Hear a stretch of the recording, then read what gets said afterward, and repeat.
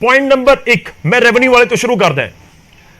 ਤੁਸੀਂ ਕਹਿੰਦੇ ਹੋ 41% ਦਾ ਵਾਧਾ ਹੋ ਗਿਆ। ਸੀਐਮ ਆ ਕੇ ਪ੍ਰੈਸ ਕਾਨਫਰੰਸ ਕਰਦੇ ਨੇ, ਕਹਿੰਦੇ 8841 ਕਰੋੜ ਰੁਪਇਆ ਐਕਸਾਈਜ਼ ਦੇ ਵਿੱਚੋਂ ਆ ਗਿਆ, 41% ਜ਼ਿਆਦਾ 2587 ਕਰੋੜ ਰੁਪਇਆ। 2587 ਬਹੁਤ ਵੱਡੀ ਰਕਮ ਹੈ ਸਰ, ਸੁਣਨ ਨੂੰ ਬੜਾ ਵਧੀਆ ਲੱਗ ਰਿਹਾ ਕਿ ਪੰਜਾਬ ਦੇ ਰੈਵਨਿਊ 'ਚ ਪੈਸਾ ਜ਼ਿਆਦਾ ਆਇਆ, ਪੰਜਾਬ ਦੇ ਲੋਕਾਂ ਤੱਕ ਪਹੁੰਚੇਗਾ, ਉਹ ਸਭ ਨੂੰ ਸਮਝ ਆਉਂਦਾ ਹੈ। ਤੁਹਾਡੇ ਵਿਰੋਧੀਆਂ ਨੂੰ ਆਬਜੈਕਸ਼ਨ ਹੈ, ਕਹਿੰਦੇ ਤੁਹਾਡੇ ਅੰਕੜਿਆਂ ਦੇ ਵਿੱਚ ਹੇਰ ਫੇਰ ਹੈ, ਇਹ 10% ਦੇ ਆਸ-ਪਾਸ ਹੈ, ਤੁਸੀਂ ਉਸ ਨੂੰ ਪਤਾ ਨਹੀਂ ਕਿਵੇਂ 41% 40% ਦੱਸਣ ਦੀ ਕੋਸ਼ਿਸ਼ ਕਰ ਰਹੇ ਹੋ। ਪੁਆਇੰਟ ਇੱਥੋਂ ਸ਼ੁਰੂ ਕਿ ਜਿਹੜਾ ਤੁਸੀਂ ਰੈਵਨਿਊ ਦੇ ਵਿੱਚ ਇਜ਼ਾਫਾ ਹੈ ਉਸ ਦੇ ਪਿੱਛੇ ਆਧਾਰ ਕੀ ਹੈ ਜੋ ਤੁਸੀਂ ਕਹਿ ਰਹੇ ਹੋ 41% ਦਾ ਇਜ਼ਾਫਾ ਹੋਇਆ? ਆਧਾਰ ਗੌਰਵ ਜੀ ਇੱਕ ਸਾਊਂਡ ਪਾਲਿਸੀ ਹੈ, ਤੇ ਜੇ ਮਜੀਠੀਆ ਸਾਹਿਬ ਜਿਹੜੇ ਕਿ ਐਕਸਾਈਜ਼ ਦੇ ਤੇ ਸ਼ਰਾਬ ਦੇ ਐਕਸਪਰਟ ਨੇ ਕਾਰਟਲਾਈਜੇਸ਼ਨ ਪੰਜਾਬ 'ਚ, ਜੇ ਉਹ ਕਹਿ ਰਹੇ ਕਿ 10% ਵਧਿਆ ਤਾਂ ਫਿਰ ਆਪਾਂ ਮੰਨ ਸਕਦੇ ਕਿ ਵਧਿਆ ਤਾਂ ਹੈ। ਜੇ ਅੱਜ ਤੱਕ ਤਾਂ ਵਧਿਆ ਨਹੀਂ ਜੀ, ਐ ਕਿਵੇਂ ਹੋ ਗਿਆ? ਐ ਕਿਵੇਂ ਹੋ ਗਿਆ ਕਿ ਇੰਨਾ ਵੱਧ ਗਿਆ? ਪਾਲਿਸੀ ਮਾੜੀ, ਪਾਲਿਸੀ ਫਲਾਣਾ, ਪਾਲਿਸੀ ਧਮਕਾਣਾ। ਜੇ 40% ਇਨਕਰੀਜ਼ ਹੋਇਆ, ਪੈਸੇ ਬੋਲ ਰਹੇ ਸਰ, ਜਿਹੜਾ ਜੇਬ ਚੋਂ ਪਾਉਣੇ ਆ, ਸਰਕਾਰੀ ਖਜ਼ਾਨੇ 'ਚ ਪੈਸੇ ਹੈ, ਰਿਕਾਰਡ ਬੋਲ ਰਿਹਾ ਸਰ, ਪਹਿਲੀ ਗੱਲ। ਦੂਜੀ ਗੱਲ GST ਕਲੈਕਸ਼ਨ ਅਪ ਹੋ ਗਈ। ਤੀਜੀ ਗੱਲ 26% ਰਜਿਸਟਰੀਆਂ 'ਚੋਂ ਆਮਦਨ ਵੱਧ ਗਈ। ਲੋਕ ਕਹਿੰਦੇ ਵੀ ਜੇ ਸਾਨੂੰ ਸਰਕਾਰ ਰੈਸ਼ਨਲਾਈਜ਼ ਕਰਦੀ ਪੈਸੇ ਦਿੰਦੇ ਆ, ਲੋਕ ਕੋਈ ਵੀ ਬੰਦਾ ਚੋਰੀ ਨਹੀਂ ਕਰਨੀ ਚਾਹੁੰਦਾ। ਰੇਤਾ 5.5 ਰੁਪਏ ਹੋ ਗਿਆ, ਆਮਦਨ ਉੱਚੋਂ ਵੀ ਆਊਗੀ। ਜਦੋਂ ਬਾਕੀ ਦੇ ਮਹਿਕਮੇ ਸਟ੍ਰੀਮਲਾਈਨ ਹੋ ਗਏ, ਉੱਥੋਂ ਵੀ ਪੈਸੇ ਆਉਣਗੇ। ਸੋ ਗੱਲ ਇਹ ਹੈ ਸਰ, ਜਦੋਂ ਉੱਤੇ ਬੈਠਾ ਮੰਤਰੀ ਨਹੀਂ ਖਾਂਦਾ ਤਾਂ ਸੰਤਰੀ ਦੀ ਮਜਾਲ ਨਹੀਂ ਖਾ ਲਵੇ। ਮੈਂ ਨਹੀਂ ਕਹਿੰਦਾ ਕਰਪਸ਼ਨ ਸਟੈਂਪ ਆਊਟ ਹੋ ਗਈ, ਬਟ ਕਰਪਸ਼ਨ ਤੇ ਬਹੁਤ ਵੱਡੇ ਵੱਡੇ ਫੱਟ ਮਾਰੇ ਗਏ ਨੇ, ਐਂਡ ਉਹ ਠੀਕ ਹੋਏਗੀ, ਰੈਵਨਿਊ ਉੱਤੇ ਹੋਏਗੀ। ਇੱਥੇ ਹੀ ਪੈਸਾ ਹੋਊ ਜੀ, ਇੱਥੋਂ ਹੀ ਪੈਸਾ ਆਉਣਾ, ਇੱਥੋਂ ਹੀ ਸਕੂਲ ਬਣਾਵਾਂਗੇ, ਇੱਥੋਂ ਹੀ ਹਸਪਤਾਲ ਬਣਾਵਾਂਗੇ, ਇੱਥੋਂ ਹੀ ਲੋਕਾਂ ਨੂੰ ਬਿਹਤਰ ਰੋਟੀ ਦੇਵਾਂਗੇ, ਲੋਕਾਂ ਦੇ ਬੱਚਿਆਂ ਨੂੰ ਰੋਜ਼ਗਾਰ ਦੇਵਾਂਗੇ। ਇਹਨਾਂ ਚੀਜ਼ਾਂ 'ਚ ਹੀ ਆਮਦਨ ਬਣਾ ਕੇ ਦਿਖਾਵਾਂਗੇ। ਐਂਡ ਗੱਲ ਇਹ ਹੈ ਕਿ ਇਹ 2500 ਕਰੋੜ ਰੁਪਏ ਇੰਨੇ ਸਾਲ ਕਿਹਦੀ ਜੇਬਾਂ 'ਚ ਜਾ ਰਿਹਾ ਸੀ ਗੌਰਵ ਜੀ? ਜਿਹੜੇ ਟੋਲ ਚੱਲ ਰਹੇ ਸੀ, ਜਿਹੜਾ ਮਤਲਬ 2-2, 300 ਕਰੋੜ ਰੁਪਈਆ ਹਰ ਸਾਲ ਦਾ ਇਕੱਠਾ ਹੁੰਦਾ ਸੀ, ਉਹ ਕਿਹਦੀਆਂ ਜੇਬਾਂ 'ਚ ਜਾ ਰਿਹਾ ਸੀ? ਗੱਲ ਇਹ ਹੈ ਕਿ ਦਰਦ ਹੈ, ਪੰਜਾਬ ਦਾ ਦਰਦ ਹੈ, ਪੰਜਾਬ ਦੇ ਲੋਕਾਂ ਦਾ ਦਰਦ ਹੈ, ਰੈਵਨਿਊ ਉੱਤੇ ਗਈ ਹੈ। ਐਂਡ ਜੇ ਤੁਸੀਂ, ਮੈਂ ਕਹਿੰਦਾ ਜੀ ਸਭ ਤੋਂ ਵੱਧ ਕ੍ਰਿਟਿਸਿਜ਼ਮ ਮਜੀਠੀਆ ਸਾਹਿਬ ਕਰਦੇ ਨੇ, ਜੇ ਉਹ ਵੀ ਕਹਿ ਰਹੇ ਨੇ ਕਿ 10% ਤਾਂ ਵੱਧ ਹੀ ਗਿਆ, ਤੇ ਜੇ ਉਹ ਵੀ ਕਹਿ ਰਹੇ ਨੇ ਤੇ ਫੇਰ ਤਾਂ ਜੀ ਕੁਛ ਤਾਂ ਲੋਟ ਕਰ ਰਹੇ ਹੋਵਾਂਗੇ। ਮੋਰ ਇੰਪੋਰਟੈਂਟਲੀ ਜਿਹੜੇ ਰਾਹ ਤੇ ਪੰਜਾਬ ਨੂੰ ਤੋਰਨਾ, ਉਹਦੇ ਲਈ ਰੈਵਨਿਊ ਵੀ ਆ ਰਿਹਾ, ਉਹਦੇ ਲਈ ਮਿਹਨਤ ਵੀ ਹੋ ਰਹੀ ਹੈ, ਉਹ ਕਰਨ ਲਈ ਤਤਪਰ ਵੀ ਤੇ ਕਰਕੇ ਵੀ ਦਿਖਾਵਾਂਗੇ। ਇਹ ਮੈਸੇਜ ਹੈ ਸਰ ਮਾਨ ਸਾਹਿਬ ਦਾ। ਠੀਕ ਹੈ, ਤੁਸੀਂ ਕਹਿ ਰਹੇ ਹੋ ਕਿ ਤੁਹਾਡੇ ਅੰਕੜੇ ਬਿਲਕੁਲ ਕਲੀਅਰ ਨੇ, ਔਨ ਰਿਕਾਰਡ ਤੁਸੀਂ ਜਿਹੜੀ ਵੀ ਗੱਲ ਕਰ ਰਹੇ ਹੋ, ਚਾਹੇ 2587 ਕਰੋੜ ਦੀ ਹੈ, 41% ਦੀ ਹੈ, ਜੋ ਵੀ ਕਹਿ ਰਹੇ ਹੋ, ਬਿਲਕੁਲ ਕਹਿ ਰਹੇ ਸਰ। ਦੇਖੋ ਗੌਰਵ ਜੀ, ਕੋਈ ਚੀਜ਼ ਹੋਵੇ ਨਾ, ਕਿਸੇ ਨੇ ਬਲੈਕ ਦਾ ਪੈਸਾ ਲੁਕਾਉਣਾ ਹੋਵੇ, ਲੋਕਾਂ ਨੇ ਮਸ਼ੀਨਾਂ ਘਰੇ ਲੱਗੀ, ਉਹ ਤਾਂ ਕੋਈ ਲੁਕੋ ਲੈਂਦਾ। ਜਿਹੜਾ ਖਜ਼ਾਨੇ 'ਚ ਪੈਸਾ ਆਇਆ, ਉਹ ਤਾਂ ਮੈਂ ਚੋਰੀ ਕਰ ਨਹੀਂ ਸਕਦਾ, ਮੈਂ ਦਿਖਾ ਹੀ ਨਹੀਂ ਸਕਦਾ। ਜਿਹੜਾ ਆਇਆ ਉਹ ਦਿਸ ਰਿਹਾ ਹੈ। ਸਾਡੇ ਲੁਧਿਆਣੇ 'ਚ ਰਿਕਾਰਡ ਕਲੈਕਸ਼ਨ ਹੋਈ, ਪ੍ਰਾਪਰਟੀ ਟੈਕਸ ਰਿਕਾਰਡ ਕਲੈਕਸ਼ਨ ਹੋਈ। ਸੋ ਗੱਲ ਇਹ ਹੈ ਕਿ ਜਦੋਂ ਇਮਾਨਦਾਰੀ ਨਾਲ ਕੰਮ ਕੀਤਾ ਜਾਊਗਾ ਤਾਂ ਖਜ਼ਾਨੇ ਖਾਲੀ ਨਹੀਂ ਰਹਿੰਦੇ। ਪੰਜਾਬ ਵਰਗੀ ਸਟੇਟ ਦੇ ਤਰਫ ਜੀ, ਪੰਜਾਬ ਦੇ ਖਜ਼ਾਨੇ ਖਾਲੀ ਹੋਣ, ਨੀਤਾਂ ਸਾਫ਼ ਹੋਣੀਆਂ ਚਾਹੀਦੀਆਂ, ਖਜ਼ਾਨੇ ਆਪਣੇ ਆਪ ਭਰਨ ਲੱਗ ਪੈਂਦੇ ਆ, ਤੇ ਜੇ ਲੋਕਾਂ ਤੇ ਲੱਗੂਗਾ ਤਾਂ ਲੋਕ ਆਪੇ ਦੇਣਗੇ ਜੀ ਖੁਸ਼ ਹੋ ਕੇ। ਬਾਕੀ best of luck to them, ਇਹ ਕੱਢ ਲੈਣ ਜਿਹੜੀਆਂ ਨਤੀਜਾ ਕੱਢਣੀਆਂ। ਚਲੋ ਆਪਾਂ ਹੁਣ ਅੱਗੇ ਵਧਦੇ ਹਾਂ। ਮੈਂ ਸਾਰੇ ਤੁਹਾਡੇ ਵਿਰੋਧੀ ਜਿਹੜੇ ਇਸ ਸਮੇਂ ਸਾਡੇ ਨਾਲ ਜੁੜੇ ਹੋਏ ਨੇ, ਪੈਨਲ ਦੇ ਵਿੱਚ ਅੱਜ ਮੌਜੂਦ ਨੇ, ਸਭ ਤੋਂ ਰਿਐਕਸ਼ਨ ਲੈਣ ਦੀ ਕੋਸ਼ਿਸ਼ ਕਰੂੰਗਾ, ਉਸ ਤੋਂ ਬਾਅਦ ਮੈਂ ਤੁਹਾਡੇ ਕੋਲ ਵਾਪਸ ਦੁਬਾਰਾ ਆਉਣਾ। ਕਲੇਰ ਸਾਹਿਬ ਕਹਿੰਦੇ ਨੀਤਾਂ ਸਾਫ਼ ਨੇ, ਖਜ਼ਾਨਾ ਭਰ ਰਿਹਾ, ਤੁਸੀਂ ਕਿੰਤੂ ਪਰੰਤੂ, ਤੁਸੀਂ ਸਿਆਸੀ ਬਿਆਨਬਾਜ਼ੀਆਂ ਕਰ ਰਹੇ ਹੋ। ਨਹੀਂ, ਮੈਂ ਪਹਿਲਾਂ ਗਰੇਵਾਲ ਸਾਹਿਬ ਨੂੰ ਦੱਸਦਾ ਹਾਂ। ਕਹਿੰਦੇ ਜੀ ਮਜੀਠੀਆ ਸਾਹਿਬ ਸ਼ਰਾਬ ਦੇ ਐਕਸਪਰਟ। ਗਰੇਵਾਲ ਸਾਹਿਬ ਐਡਮਿਟਡਲੀ ਅਗਰ ਪੰਜਾਬ ਦੇ ਵਿੱਚ ਕਿਸੇ ਦਾ ਸ਼ਰਾਬ ਨਾਲ ਸਭ ਤੋਂ ਗੂੜਾ ਨਾਤਾ ਹੈ ਤਾਂ ਉਹ ਤੁਹਾਡੇ ਮੁੱਖ ਮੰਤਰੀ ਭਗਵੰਤ ਮਾਨ ਸਾਹਿਬ ਦਾ, ਦਿਨੇ ਵੀ ਤੇ ਰਾਤ ਨੂੰ ਵੀ ਐਡੀ ਗੂੜੀ ਯਾਰੀ ਸ਼ਰਾਬ ਨਾਲ ਮੁੱਖ ਮੰਤਰੀ ਦੀ। ਔਰ ਦੂਸਰੇ ਪਾਸੇ ਮੈਂ ਪਹਿਲਾਂ ਤਾਂ ਗਰੇਵਾਲ ਸਾਹਿਬ ਨੂੰ ਕਰੈਕਟ ਕਰਦੇ ਹਾਂ। ਦੇਖੋ, ਆਪਾਂ ਡਾਟੇ ਨੂੰ ਫੱਜ ਕਰਕੇ ਅਗਰ ਪੰਜਾਬ ਨੂੰ ਬੇਵਕੂਫ ਬਣਾਉਣਾ ਚਾਹੁੰਦੇ ਆ, ਫਿਰ ਵੈਲਕਮ ਹੈ, ਜਿੰਨਾ ਮਰਜ਼ੀ ਬਣਾਓ, ਲੋਕ ਨਹੀਂ ਬਣਦੇ, ਇਹ ਸਰਕਾਰ ਬੇਵਕੂਫ ਬਣ ਰਹੀ ਹੈ। ਖਜ਼ਾਨਾ ਮੰਤਰੀ ਹਰਪਾਲ ਚੀਮਾ ਸਾਹਿਬ ਪਿਛਲੇ 1 ਸਾਲ ਦੇ ਵਿੱਚ 5 ਵਾਰੀ ਆਪਣੀ ਸਟੇਟਮੈਂਟ ਬਦਲ ਚੁੱਕੇ ਨੇ। ਕਦੇ ਤਾਂ ਕਹਿ ਦਿੰਦੇ ਨੇ 58% ਦਾ ਮੁਨਾਫਾ, ਕਦੇ 48% ਦਾ ਮੁਨਾਫਾ, ਕਦੇ 45% ਦਾ ਮੁਨਾਫਾ, ਕਦੇ 39% ਦਾ ਮੁਨਾਫਾ, ਹੁਣ 41% ਦਾ ਮੁਨਾਫਾ ਵਿਦਿਨ ਦਿਸ 1 ਈਅਰ। ਔਰ ਦੂਸਰੀ ਗੱਲ ਦੇਖੋ, ਅੱਜ ਜਿਹੜੀ ਸਰਦਾਰ ਬਿਕਰਮ ਸਿੰਘ ਮਜੀਠੀਆ ਨੇ ਗੱਲ ਕੀਤੀ, ਉਹ ਤੁਹਾਡੇ ਡਾਕੂਮੈਂਟਸ ਦੇ ਆਧਾਰ ਤੇ ਕੀਤੀ, ਸਾਡਾ ਅਕਾਲੀ ਦਲ ਦਾ ਕੋਈ ਡਾਕੂਮੈਂਟ ਨਹੀਂ, ਉਹ ਪੰਜਾਬ ਸਰਕਾਰ ਦਾ ਡਾਕੂਮੈਂਟ ਹੈ। ਪਹਿਲੀ ਗੱਲ ਤਾਂ ਜਿਹੜੇ ਆંકੜੇ ਨੂੰ ਤੁਸੀਂ ਬੜੀ ਵਾਹ-ਵਾਹ ਖੱਟ ਰਹੇ ਹੋ ਕਿ 10% ਤਾਂ ਵਧਿਆ, ਇਹ ਸ਼ਰਮ ਦੀ ਗੱਲ ਹੈ। ਅਗਰ 2007 ਤੋਂ 17 ਦੀ ਅਕਾਲੀ ਦਲ ਦੀ ਸਰਕਾਰ ਤੋਂ ਬਾਅਦ 2023 ਚ ਆ ਕੇ ਸਿਰਫ 10% ਵਧਿਆ ਤਾਂ ਸ਼ਰਮ ਦੀ ਗੱਲ ਹੈ। ਪਹਿਲਾਂ ਪਿਛਲਾ ਇਨਕਰੀਜ਼ ਦੇਖੋ ਸਰਕਾਰਾਂ ਦਾ ਕਿ ਉਹਨਾਂ ਦਾ ਕਿੰਨਾ ਜ਼ਿਆਦਾ ਇਨਕਰੀਜ਼ ਰਿਹਾ। ਅਬਾਊਟ 48-49% ਦਾ ਇਨਕਰੀਜ਼ ਜਾਂਦਾ ਸੀ। 10% ਨੂੰ ਅਗਰ ਆਪਣੀ ਵਾਹਵਾਹੀ ਖੱਟਦੇ ਹੋ ਤਾਂ ਸ਼ਰਮ ਦੀ ਗੱਲ ਹੈ। ਨਹੀਂ, ਪਰ ਈਅਰ ਜਾਂਦਾ ਸੀ।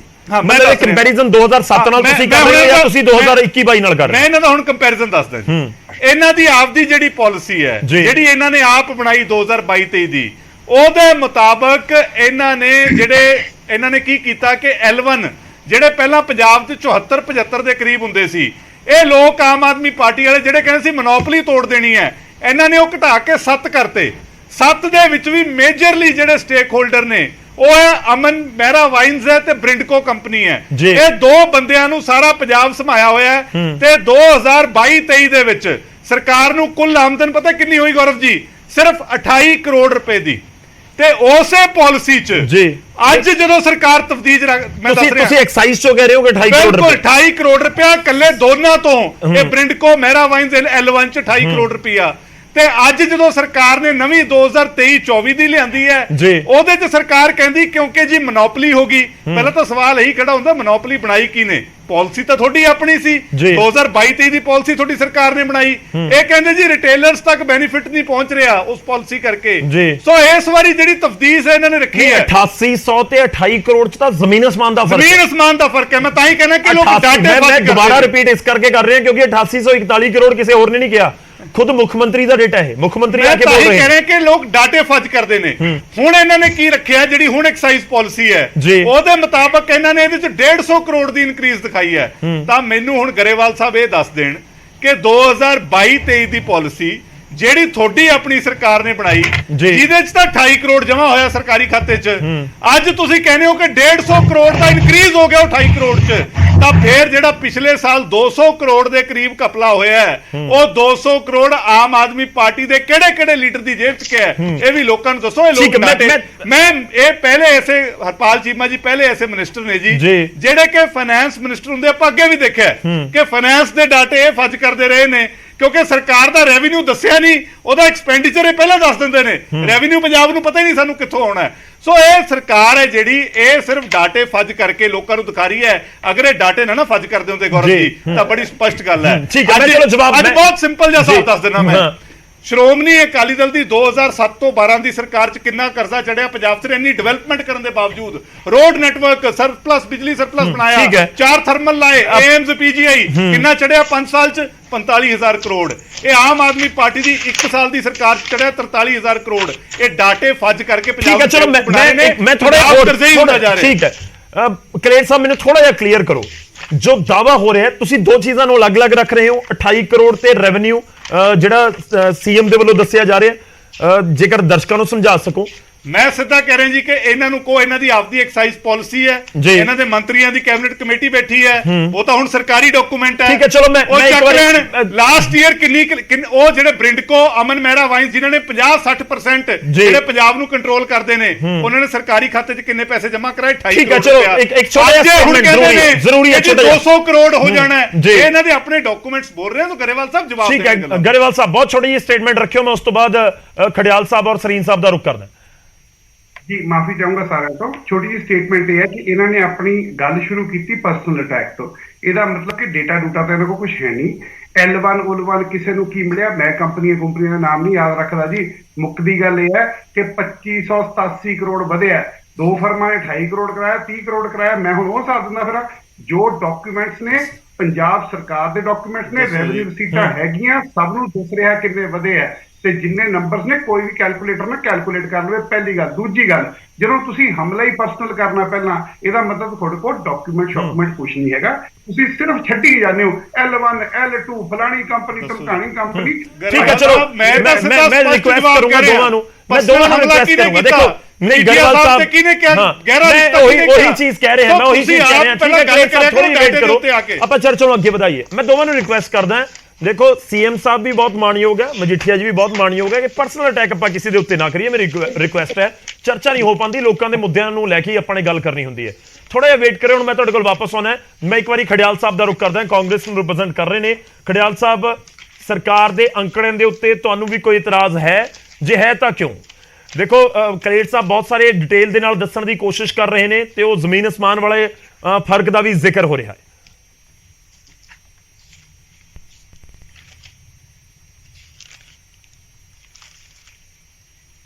ਖੜਿਆਲ ਸਾਹਿਬ ਮਿਊਟ ਕੀਤਾ ਹੋਇਆ, ਤੁਸੀਂ ਅਨਮਿਊਟ ਕਰਨਾ ਹੋਏਗਾ। ਜੀ ਗੌਰਵ ਜੀ, ਬਿਲਕੁਲ ਆਵਾਜ਼ ਆ ਰਹੀ ਹੈ ਤੁਹਾਡੀ। ਗੌਰਵ ਜੀ, ਕਲੇਰ ਸਾਹਿਬ ਨੇ ਬੜੇ ਆંકੜੇ ਦੱਸੇ। ਮੈਂ ਸਿੰਪਲ ਭਾਸ਼ਾ ਦੇ ਵਿੱਚ ਲੋਕਾਂ ਨੂੰ ਸਮਝਾਉਂਗਾ ਵੀ ਕੀ ਹੋ ਰਿਹਾ। ਪਹਿਲੀ ਗੱਲ ਤਾਂ ਜੇ ਪਾਲਿਸੀ ਸਸਟੇਨੇਬਲ ਹੋਵੇ ਜੀ, ਲੰਬੇ ਟਾਈਮ ਲਈ ਚੱਲ ਸਕੇ ਤਾਂ ਅੱਛੀ ਗੱਲ ਹੈ। ਜੇ ਪਾਲਿਸੀ ਅਨਸਸਟੇਨੇਬਲ ਹੋਵੇ, ਸਿਰਫ ਥੋੜੇ ਟਾਈਮ ਲਈ ਚੱਲ ਸਕਦੀ ਹੈ, ਤਾਂ then it's a big problem. ਤੇ ਆਮ ਆਦਮੀ ਪਾਰਟੀ ਨੂੰ ਪਤਾ ਹੈ ਵੀ ਰਿਪੀਟ ਤਾਂ ਕਰਨਾ ਨਹੀਂ, ਅਸੀਂ 27 ਤੋਂ ਬਾਅਦ ਘਰੇ ਚਲੇ ਜਾਣਾ ਹੈ, ਸਾਨੂੰ ਸਰਕਾਰ ਆਪਣਾ ਛੱਡਣੀ ਪੈਣੀ ਹੈ, ਤਾਂ ਕਰਕੇ ਇੱਕ ਸ਼ਾਰਟ ਟਰਮ ਪਾਲਿਸੀ ਹੈ। ਕਾਰਨ ਗੌਰਵ ਜੀ, PSPCL ਦੇ EMPLOYEES ਹੈ ਜਿਹੜੇ, ਉਹਨਾਂ ਨੂੰ ਸੈਲਰੀ ਦੇਣ ਲਈ ਪੈਸਾ ਨਹੀਂ ਸੀ PSPCL ਕੋਲੇ। ਆ ਜਿਹੜੀ ਸਬਸਿਡੀ ਦਿੰਦੀ ਆ ਉਹਦੇ ਕਰਕੇ ਸੋ ਉਹਨਾਂ ਨੂੰ ਕੀ ਕਰਨਾ ਪਿਆ, 500 ਕਰੋੜ ਦੇ ਨੇੜੇ ਤੇੜੇ ਲੋਨ ਲੈ ਕੇ ਆਪਦੇ EMPLOYEE ਨੂੰ ਸੈਲਰੀ ਦੇਣੀ ਪਈ ਹੈ। ਇਹ ਅੱਛੇ ਹਾਲਾਤ ਦਿਖਾ ਰਹੇ ਹੈ, ਇਹ ਇਕਨੋਮੀ ਨੂੰ ਬੜੀ ਚੰਗੇ ਵਿਜ਼ਨ ਤੇ ਦਿਖਾ ਰਹੇ ਹੈ। ਇੱਥੋਂ ਦਾ ਪਤਾ ਲੱਗ ਰਿਹਾ ਵੀ PSPCL ਕਿੰਨਾ ਸਫਰ ਕਰ ਰਿਹਾ। 54 ਕਰੋੜ 54 ਕਰੋੜ ਡੇਲੀ ਦਾ ਖਰਚਾ ਹੈ ਗੌਰਵ ਜੀ। 54 ਕਰੋੜ ਜਦ ਇਹ ਸਬਸਿਡੀ ਇਹਨਾਂ ਨੇ ਇੰਪਲੀਮੈਂਟ ਕੀਤੀ ਹੈ। ਦੂਜੀ ਗੱਲ ਗੌਰਵ ਜੀ, ਉਤਲੀ ਜੇਬ ਚੋਂ ਪੈਸਾ ਕੱਢ ਕੇ ਨਾ ਥਲੜੀ ਜੇਬ ਦੇ ਵਿੱਚ ਪਾ ਰਹੇ। ਮੈਨੂੰ ਦੱਸਦਾ ਕਿਵੇਂ ਇਹਨਾਂ ਨੇ ਡੀਜ਼ਲ ਪੈਟਰੋਲ ਦੇ ਰੇਟ ਵਧਾਤੇ, ਡੀਜ਼ਲ ਆਪਣਾ ਬਿਜਲੀ ਤੇ ਸਬਸਿਡੀ ਦੇਤੀ। ਸੋ ਬੇਸਿਕਲੀ ਜਿਹੜਾ ਬੰਦਾ ਕੋਈ ਡੀਜ਼ਲ ਪੈਟਰੋਲ ਸਭ ਨੇ ਯੂਜ਼ ਕਰਨਾ ਗੌਰਵ ਜੀ, ਉਹਨੂੰ ਉੱਥੇ ਘਾਟਾ ਪੈ ਰਿਹਾ। ਉਹ ਇਲੈਕਟ੍ਰਿਸਿਟੀ ਦੇ ਵਿੱਚ ਬੇਸਿਕਲੀ ਪੂਰਾ ਆਮ ਆਦਮੀ ਪਾਰਟੀ ਕਰਨ ਦੀ ਕੋਸ਼ਿਸ਼ ਕਰ ਰਹੀ ਹੈ। ਜੇ ਇਕਨੋਮੀ ਇੰਨੀ ਵਧੀਆ ਸੀਗੀ ਤੇ GST ਕਲੈਕਸ਼ਨ ਤੁਸੀਂ ਦੱਸਿਆ ਹੈ ਵੀ Punjab is one of the top states collection ਦੇ ਵਿੱਚ, ਤੇ ਫਿਰ ਡੀਜ਼ਲ ਪੈਟਰੋਲ ਦੇ ਰੇਟ ਜਿਹੜੇ ਵਧਾਏ ਹੈ 90 ਪੈਸੇ ਘਟਾ ਦਿਓ। ਵਾਕਈ ਜੇ ਕਹਿੰਦੇ ਹੋ ਤਾਂ do it, preach practice what you preach. ਅਗਲੀ ਗੱਲ, ਰੈਵਨਿਊ 2022 ਤੇ 23 ਦਾ ਗੌਰਵ ਜੀ 8,841 ਕਰੋੜ ਦੱਸਿਆ ਇਹਨਾਂ ਨੇ ਜੀ, ਤੇ ਖਰਚਾ ਕਿੰਨਾ ਹੋਇਆ 20,200 ਕਰੋੜ ਰੁਪਇਆ ਬਿਜਲੀ ਦਾ ਜਿਹੜੀ ਸਬਸਿਡੀ ਦਿੰਦੇ ਉਹਦੇ ਕਰਕੇ। ਸੋ 12,000 ਕਰੋੜ ਦਾ ਤਾਂ ਘਾਟਾ ਪੈ ਰਿਹਾ। ਇਹ ਕਿਹੜੇ ਹਿਸਾਬ ਨਾਲ ਪੈਦਾ ਹੋ ਗਿਆ।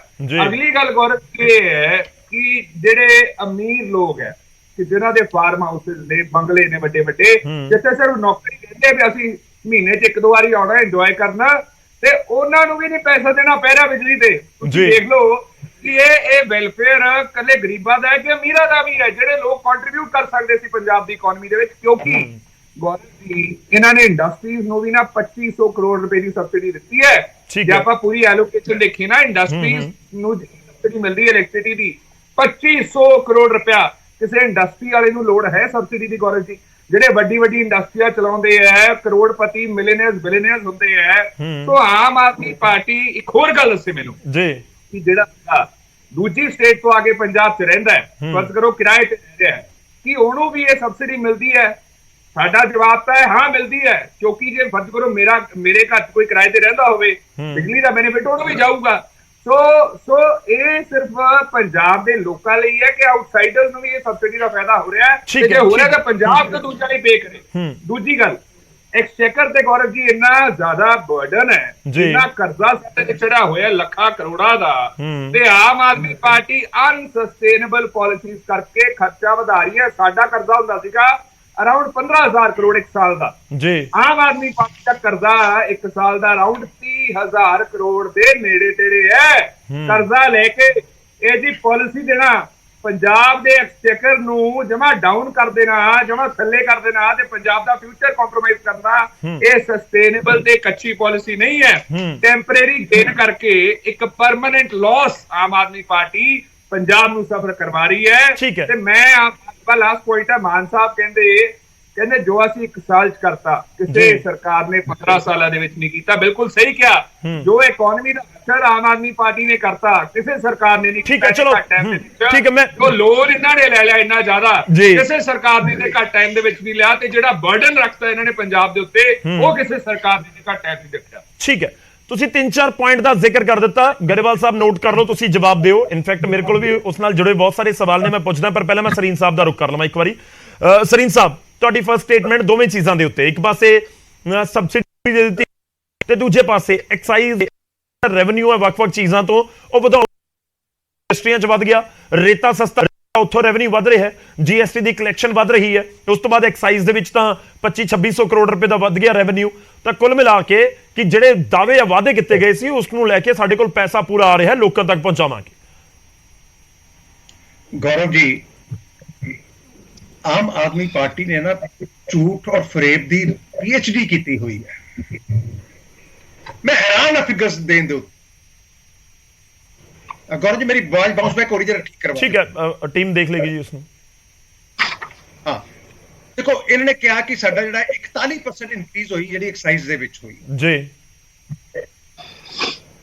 ਮੈਂ 1 ਮਿੰਟ ਲਈ ਜੇ ਇਹਨਾਂ ਦੀ ਗੱਲ ਨੂੰ ਸਹੀ ਮੰਨ ਲਵਾਂ ਕਿ 1 ਸਾਲ ਦੇ ਵਿੱਚ ਪੰਜਾਬ ਦੇ ਲੋਕ ਇੰਨੀ ਸ਼ਰਾਬ ਪੀਣ ਲੱਗ ਪਏ, ਇਹ ਤੇ ਸਿੱਧਾ ਰੈਵਨਿਊ ਤਾਂ ਹੀ ਇਨਕਰੀਜ਼ ਹੋਏਗਾ ਜੇ ਆਪਾਂ ਦਾਰੂ ਪੀਵਾਂਗੇ।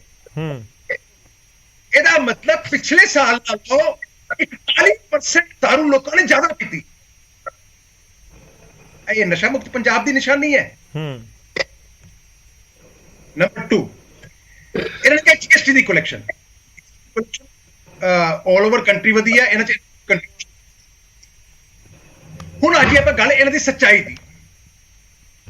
ਗੌਰਵ ਜੀ, 22-23 ਦਾ ਜਿਹੜਾ ਇਹਨਾਂ ਨੇ ਬਜਟ ਪੇਸ਼ ਕੀਤਾ ਜੀ, ਉਹ ਚ ਆਮਦਨ ਦਿਖਾਈ ਸੀ 95,000 ਕਰੋੜ ਦੇ ਆਸ-ਪਾਸ, ਔਰ ਬਜਟ ਪੇਸ਼ ਕੀਤਾ ਸੀ 1,68,000। ਜਿਹੜਾ ਇਹਨਾਂ ਦੀ ਜਨਵਰੀ ਦੀ ਰਿਪੋਰਟ ਆਈ ਉਹਦੇ ਵਿੱਚ ਜਿਹੜਾ 50,000 ਦਾ ਬਜਟ ਦਾ ਐਸਟੀਮੇਟ ਸੀਗਾ ਸੀ ਕਲੈਕਟ ਕਰਾਂਗੇ, 65% ਜਨਤਾ ਤੱਕ ਹੋਇਆ ਸੀ। ਮਾਰਚ ਤੱਕ ਲਾ ਲਈਏ 70 ਹੋ ਗਿਆ, 75 ਹੋ ਗਿਆ, 70 ਹੋ ਗਿਆ। ਮੈਨੂੰ ਇੱਕ ਚੀਜ਼ ਦੱਸੋ ਜੀ ਜੀ, ਕਿਹੜਾ ਸੀਗਾ ਕਿ 95,000 ਅਸੀਂ ਰੈਵਨਿਊ ਕਰਕੇ ਜੇ ਮਤਲਬ ਉਹੀ ਅਰਨ ਕੀਤਾ, ਇਹਨਾਂ ਦਾ ਆਪਸ਼ਨ ਫਿਕਸ ਹੈ ਜੀ, ਆਪਣੇ ਕੋਲ ਫਿਕਸ ਹੈ, ਇਹਨਾਂ ਦਾ ਆਪਸ਼ਨ ਫਿਕਸ ਹੈ। ਤੁਹਾਡਾ ਕਿਹੜਾ ਐਸਟੀਮੇਟ ਸੀਗਾ ਜੀ, ਉਹ 75% ਅਚੀਵ ਕੀਤਾ, ਤੇ ਤੁਸੀਂ 50 ਤੱਕ ਕਹਿ ਰਹੇ ਹੋ ਕਿ ਅਸੀਂ ਰੈਵਨਿਊ ਕਿੱਥੋਂ ਲੈ ਗਏ। ਠੀਕ ਹੈ ਸਰੀਨ ਸਾਹਿਬ, ਮੈਂ ਮਾਫੀ ਚਾਹੂੰਗਾ, ਮੈਂ ਤੁਹਾਨੂੰ ਵਿਚਾਲੇ ਵੀ ਰੋਕ ਰਿਹਾ। ਹੋਪਫੁਲੀ ਤੁਹਾਡੀ ਗੱਲ ਕਾਫੀ ਹੱਦ ਤੱਕ ਆ ਚੁੱਕੀ ਹੈ, ਪਰ ਤੁਹਾਡਾ ਆਡੀਓ ਬਹੁਤ ਕਲੀਅਰ ਨਹੀਂ ਹੈ, ਇਸ ਕਰਕੇ ਸ਼ਾਇਦ ਦਰਸ਼ਕਾਂ ਨੂੰ ਸਮਝਣ ਦੇ ਵਿੱਚ ਆਸਾਨੀ ਨਾ ਹੋਵੇ, ਮੁਸ਼ਕਿਲ ਆ ਰਹੀ ਹੋਵੇ। ਇੱਕ ਵਾਰੀ ਟੀਮ ਜ਼ਰੂਰ ਦੇਖ ਲੇਗੀ ਤਾਂ ਕਿ ਆਡੀਓ ਕਲੀਅਰ ਆਵੇ। ਮੈਂ ਇਸ ਵਿਚਾਲੇ ਗਰੇਵਾਲ ਸਾਹਿਬ ਦਾ ਰਿਐਕਸ਼ਨ ਲੈ ਲੈਣਾ। ਗਰੇਵਾਲ ਸਾਹਿਬ, ਖੜਿਆਲ ਜੀ ਔਰ ਸਰੀਨ ਸਾਹਿਬ ਦੀ ਹੋਪਫੁਲੀ ਗੱਲ ਤੁਹਾਡੇ ਤੱਕ ਪਹੁੰਚੀ ਹੈ ਜੀ। ਸਾਰੀ ਗੱਲ ਪਹੁੰਚੀ। ਮੈਂ ਦੇਖੋ ਜੀ, 5 ਸਾਲ ਦੀ ਸਰਕਾਰ ਬਣ ਲਈ ਹੈ, ਈਅਰਲੀ ਅਸੀਂ ਪਾਲਿਸੀ ਰਿਪੀਟ ਕੀਤੀ ਹੈ। ਜਿਹੜੇ ਪੈਸੇ ਵਧੇ ਪੰਜਾਬੀਆਂ ਦੇ ਵਧੇ ਆ ਜੀ, ਉਹ ਸ਼ਰਾਬ ਨਹੀਂ ਵੱਧ ਪੀਤੀ, ਉਹ ਕੁਝ ਲੋਕਾਂ ਤੋਂ ਹਟ ਕੇ ਸਾਰੇ ਲੋਕਾਂ ਦੀ ਜੇਬ 'ਚ ਪੈਸੇ ਜਾਣ ਲੱਗ ਗਏ। ਇੰਨਾ ਕੁ ਫਰਕ ਪਿਆ। ਇਹ ਨਹੀਂ ਕਿ ਅਸੀਂ ਸ਼ਰਾਬੀ ਬਣਾਤਾ, ਅਸੀਂ ਫਲਾਣਾ ਕਰਤਾ। ਪਹਿਲੀ ਗੱਲ। ਦੂਜੀ ਗੱਲ, ਪੰਜਾਬ ਦੇ ਵਿੱਚ ਜੋ ਵੀ ਕੋਈ ਰਹਿੰਦਾ, ਭਾਰਤ ਦਾ ਵਾਸੀ, ਉਹ ਪੰਜਾਬ ਦੇ ਵਿੱਚ ਵੈਲਕਮ ਹੈ। ਉਹ ਬੱਚਾ, ਉਹ ਕਿਰਾਏ ਤੇ ਹੈ, ਜਿਵੇਂ ਮਰਜ਼ੀ ਹੈ। ਉਸ ਬੱਚੇ ਨੂੰ ਜੋ ਕਿਸੇ ਪੰਜਾਬੀ ਬੱਚੇ ਨੂੰ ਸਹੂਲਤ ਮਿਲਦੀ ਹੈ ਮਿਲੂਗੀ। ਅਸੀਂ ਭਾਰਤ ਦਾ ਹਿੱਸਾ, ਭਾਈ ਸਾਹਿਬ, ਅਸੀਂ ਅੱਡ ਨਹੀਂ ਹੋਣਾ। ਠੀਕ ਹੈ। ਤੀਜੀ ਗੱਲ, ਜਿਹੜੀ ਸਸਟੇਨੇਬਿਲਿਟੀ ਦੀ ਗੱਲ ਕਰਦੇ ਹੋ, ਦਿੱਲੀ ਦੇ ਵਿੱਚ ਅਸੀਂ ਪਿਛਲੇ 8 ਸਾਲ ਤੋਂ ਪੋਜ਼ਿਟਿਵ ਬਜਟ ਦੇ ਰਹੇ ਹਾਂ, ਐਂਡ ਉਹ ਪੋਜ਼ਿਟਿਵ ਬਜਟ ਦਾ ਮਤਲਬ ਇਹ ਹੈ ਕਿ ਰੈਵਨਿਊਜ਼ ਵਧ ਰਹੀਆਂ ਨੇ, ਐਂਡ ਅਸੀਂ ਪੰਜਾਬ 'ਚ ਵੀ ਉਹ ਕਰ ਰਹੇ ਹਾਂ। ਫਿਗਰਸ, ਇਹਨਾਂ ਨੂੰ ਬੜੀ ਤਕਲੀਫ ਹੁੰਦੀ, ਇਹ ਫਿਗਰਸ ਦੇਖ ਕੇ ਬਹੁਤ ਤਕਲੀਫ ਹੋਈ। ਸੈਂਟਰਲ ਗਵਰਨਮੈਂਟ ਨੇ ਜਦ ਦੇ ਮੋਦੀ ਜੀ ਸਰਕਾਰ 'ਚ ਆਏ ਨੇ, ਕੋਈ ਵੀ ਨੈਸ਼ਨਲ ਇੰਪੋਰਟੈਂਸ ਦੇ ਫਿਗਰਸ ਜਨਤਕ ਨਹੀਂ ਕੀਤੇ। ਐਂਡ ਰਿਪੋਰਟ ਤੇ ਹੈ ਗੌਰਵ ਜੀ, ਜਿਹੜੇ ਦੇਖੋ, ਜਿਹੜੇ ਕਹਿ ਰਹੇ 73% ਟਾਰਗੇਟ ਅਚੀਵ ਕੀਤਾ।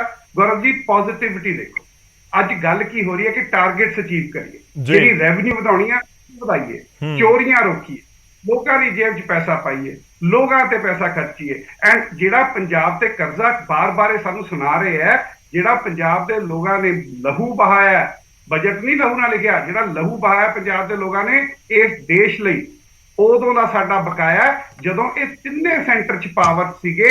ਇਹਨਾਂ ਨੇ ਸੋਚਿਆ ਵੀ ਨਹੀਂ ਕਿ ਪੰਜਾਬ ਦਾ ਧੱਕਾ ਕੀ ਹੁੰਦਾ। ਆਹ ਧੱਕਾ ਹੁੰਦਾ ਸਰ, ਅਸੀਂ ਲੜਦੇ ਹਾਂ ਦੇਸ਼ ਦੇ ਲਈ ਤੇ ਸਾਨੂੰ ਸਾਡਾ ਬਕਾਇਆ ਵੀ ਨਹੀਂ ਦਿੱਤਾ ਜਾਂਦਾ। ਇਹਨੇ ਤਿੰਨੇ ਰਾਜ 'ਚ ਰਹੇ ਨੇ, ਤਿੰਨੇ ਸਰਕਾਰ 'ਚ ਰਹੇ ਨੇ।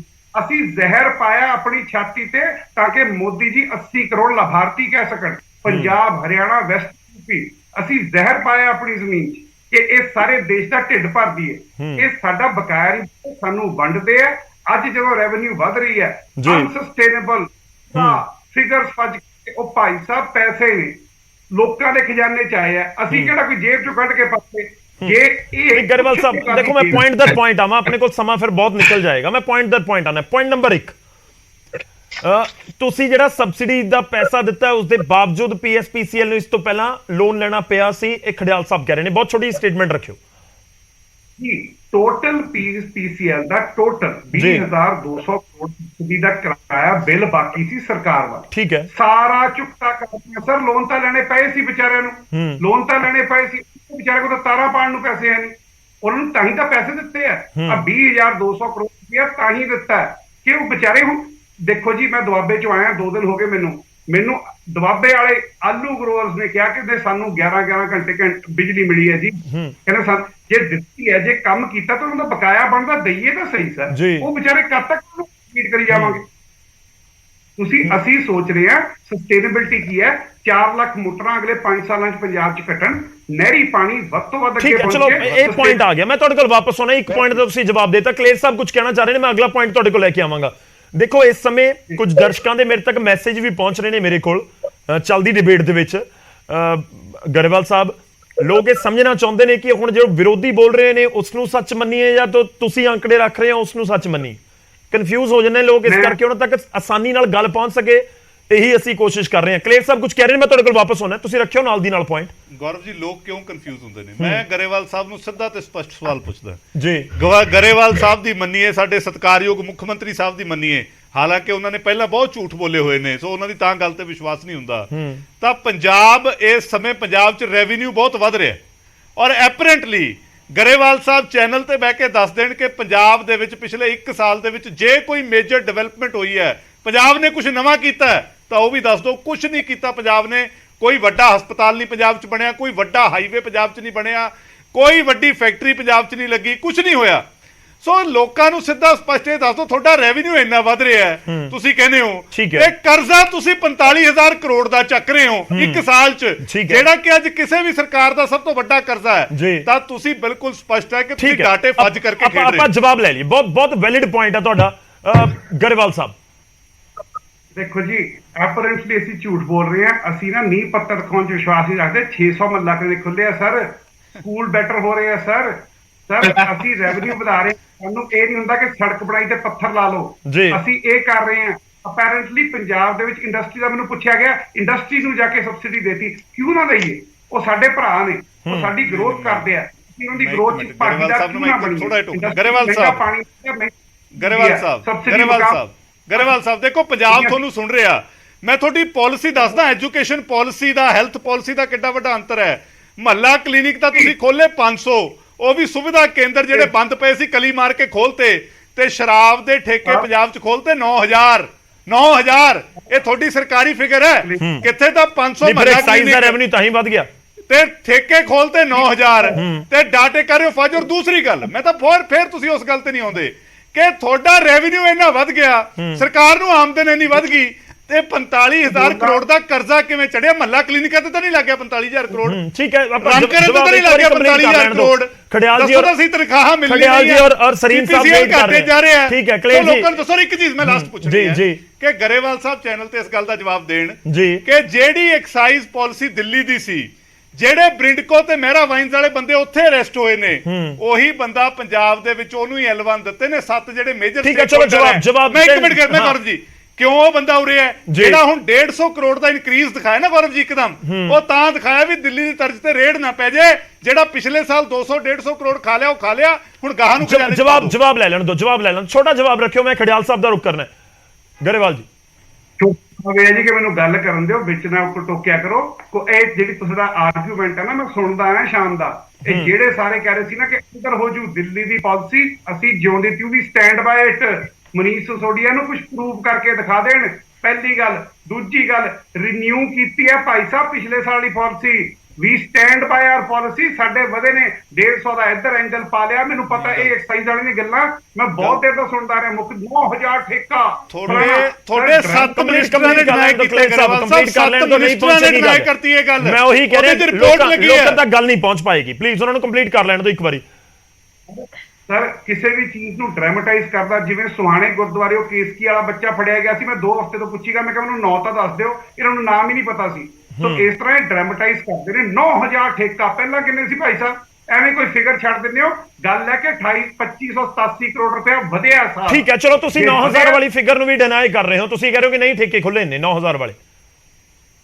ਸਰ ਮੇਰੀ ਗੱਲ ਸੁਣੋ, ਹੁਣ ਮੈਂ AB ਵਾਈਨਸ BZ ਵਾਈਨ ਦਾ ਹਿਸਾਬ ਰੱਖਾਂ, 185 ਠੇਕੇ ਸੀ, ਜਿੰਨੀ ਆਮਦਨ ਸੀ, ਜਿੰਨੇ ਠੇਕੇ ਸੀ। ਠੀਕ ਹੈ ਸਰ, ਤੁਹਾਡਾ ਪੁਆਇੰਟ ਆ ਗਿਆ। ਆਪਾਂ ਅੱਗੇ ਤੋਰੀਏ ਚਰਚਾ ਨੂੰ। ਖੜਿਆਲ ਸਾਹਿਬ ਨਾਮ ਪੁੱਛਿਆ ਸੀ, ਮੈਂ ਦੱਸ ਦਿੰਦਾ ਸੀ। ਮੈਨੂੰ ਨਹੀਂ ਪੁੱਛਿਆ ਹੋਣਾ, ਮੈਨੂੰ ਨਾਮ ਪੁੱਛ ਲਿਆ ਕਰੋ। ਸਹਾਣੇ ਵਾਲੇ ਮੈਂ ਨਾਂ ਦੱਸ ਦਿੰਦਾ, ਜਗਜੀਤ ਸਿੰਘ, ਗੁਰਵਿੰਦਰ ਸਿੰਘ, ਚਲੋ ਸਰਬਪ੍ਰੀਤ ਸਿੰਘ, ਇਹਨੇ ਨਾਮ ਲੈਣੇ।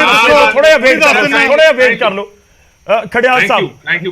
ਠੀਕ ਹੈ, ਮੇਰਾ ਇੱਕ ਛੋਟਾ ਜਿਹਾ ਸਵਾਲ ਹੈ ਖੜਿਆਲ ਸਾਹਿਬ, ਤੁਸੀਂ ਸਬਸਿਡੀ ਦਾ ਜ਼ਿਕਰ ਕਰ ਰਹੇ ਸੀ, ਜਦੋਂ ਸੀਐਮ ਬੈਠੇ ਸੀ, ਹੋਪਫੁਲੀ ਤੁਸੀਂ ਉਹ ਪ੍ਰੈਸ ਕਾਨਫਰੰਸ ਸੁਣੀ ਹੋਏਗੀ, ਉਹਨਾਂ ਦੇ ਨਾਲ PSPCL ਦੇ CMD ਵੀ ਬੈਠੇ ਸੀ, ਬਲਦੇਵ ਸਰਾਂ।